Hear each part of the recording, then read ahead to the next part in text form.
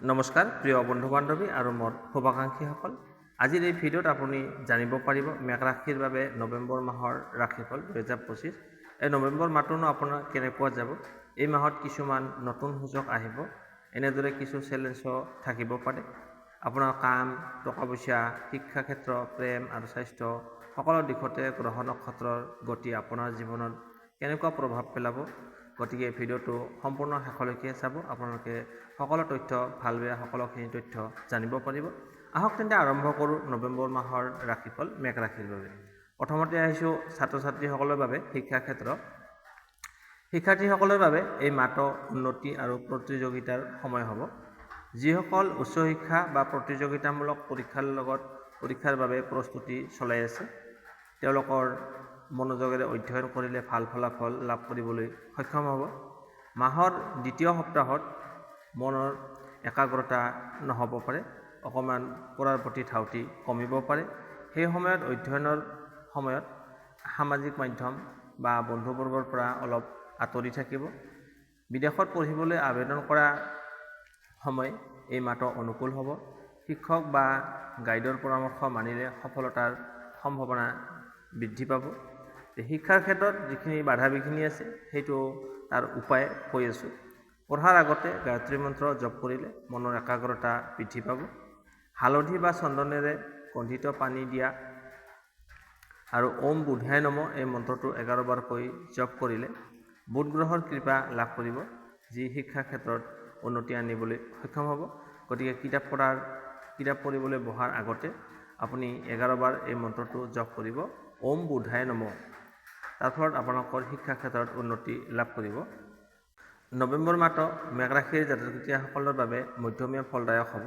কেতিয়াবা অত্যন্ত শুভ ফল আহিব আৰু কেতিয়াবা অলপ ধৈৰ্য ধৰি চলিব লাগিব। কাম, ব্যৱসায়, টকা পইচা আৰু প্ৰেম সম্পৰ্ক তিনিও ক্ষেত্ৰতে নতুন দিশ দেখা পাব পাৰে, কিন্তু সিদ্ধান্ত লোৱাৰ সময়ত আপুনি অকণমান সাৱধান হোৱাটো উচিত হ'ব। এতিয়া হৈছে আপোনাৰ কৰ্মক্ষেত্ৰ আৰু ব্যৱসায়। মাহৰ প্ৰথম অংশত নতুন কাম বা প্ৰকল্প আৰম্ভ হোৱাৰ সম্ভাৱনা আছে। চাকৰিজীৱীসকলৰ বাবে উন্নতিৰ যোগ আছে, কিন্তু সহকৰ্মীজনৰ সৈতে ভুল বুজাবুজি এৰাই চলিব লাগিব। কিবা ভুল বুজাবুজি হ'লেও সমাধান কৰিবলৈ চেষ্টা কৰিব। ব্যৱসায়ত নতুন লগ বন্ধু বা গ্ৰাহক আহিব পাৰে। মাহৰ শেষত গুৰুত্বপূৰ্ণ সিদ্ধান্ত নোলোৱাটোৱেই ভাল হ'ব, অলপ দেৰিকৈ হ'লেও লাভৱান হ'ব। এতিয়া হৈছে আপোনাৰ টকা পইচাৰ ক্ষেত্ৰ। আপোনাৰ ইনকাম বৃদ্ধি যোগ আছে, কিন্তু খৰচো বৃদ্ধি হ'ব পাৰে। ঘৰ, গাড়ী, মাটিৰ লগত সম্পৰ্কিত লাভৰ সম্ভাৱনা আছে। ইনভেষ্ট কৰাৰ আগতে পৰামৰ্শ লোৱাটো বুদ্ধিমানৰ কাম হ'ব। তাৰপিছত আহিছোঁ আপোনাৰ প্ৰেম আৰু পৰিয়াল। যুৱ প্ৰজন্মৰ বাবে নতুন সম্পৰ্ক আৰম্ভ হোৱাৰ সম্ভাৱনা আছে। বিবাহিত জীৱনত মৰম ভালপোৱা বুজাবুজি বজাই ৰাখিলে শান্তি থাকিব। পৰিয়ালৰ ভিতৰত কোনো বিষয়ক লৈ অকণমান তৰ্ক বিতৰ্ক হ'ব পাৰে, সেইবাবে ধৈৰ্য ধৰি চলিব লাগিব। তাৰপিছত আহিছোঁ আপোনাৰ স্বাস্থ্য ক্ষেত্ৰ। শাৰীৰিকভাৱে আপুনি সুস্থ হৈ থাকিব, কিন্তু মানসিক চাপ বৃদ্ধি হ'ব পাৰে, গতিকে টেনশ্যন বাঢ়িব পাৰে। পৰ্যাপ্ত পৰিমাণে আপুনি ৰেষ্ট লওক আৰু নিয়মিত আহাৰ গ্ৰহণ কৰাটো অতি প্ৰয়োজন। ঠাণ্ডা যেনে চৰ্দি, কাহ আদি বা হাই প্ৰেছাৰৰ সমস্যাৰ সমাধান থাকিব। এতিয়া হৈছে আপোনাৰ বাবে শুভ সময় আৰু প্ৰতিকাৰ। শুভ দিন হৈছে এই নৱেম্বৰ মাহৰ শুভ দিন হৈছে 7 তাৰিখ, 14 তাৰিখ, 19 তাৰিখ আৰু 26 তাৰিখ। এই তাৰিখকেইটা হৈছে আপোনাৰ বাবে অতিকৈ শুভ।